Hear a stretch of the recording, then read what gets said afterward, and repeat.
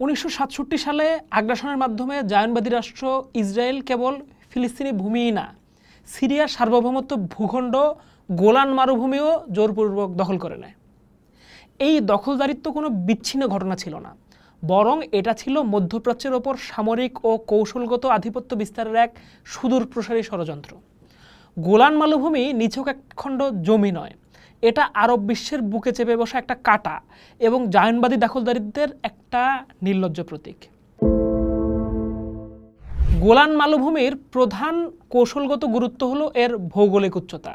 এই পার্বত্য অঞ্চল থেকে সিরিয়ার রাজধানী দামেস্ক সহ দেশটির বিশাল অংশ স্পষ্টভাবে পর্যবেক্ষণ করা যায়।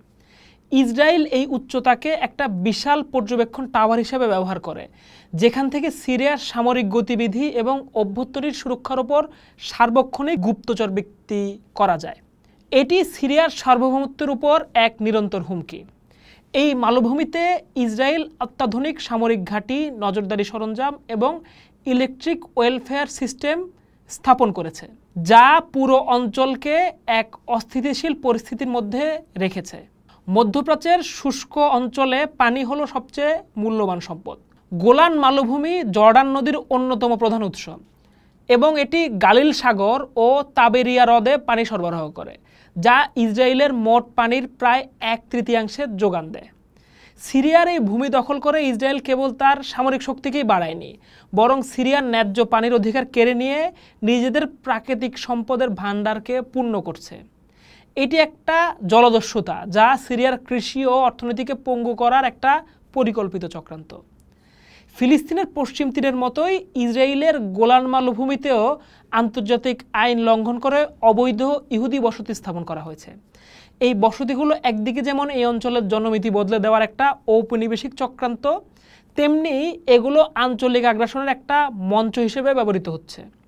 ইসরায়েল প্রায়শই গোলান থেকে সিরিয়া ও লেবাননের অভ্যন্তরে হামলা চালায়।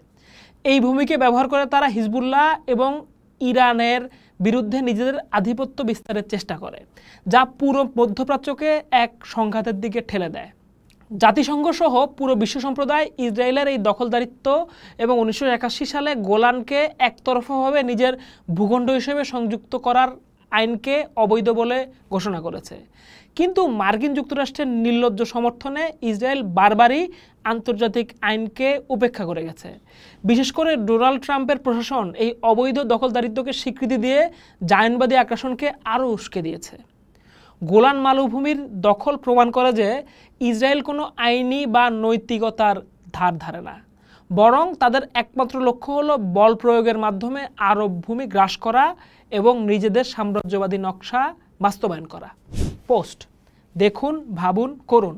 থাকুন পোস্টের সাথেই।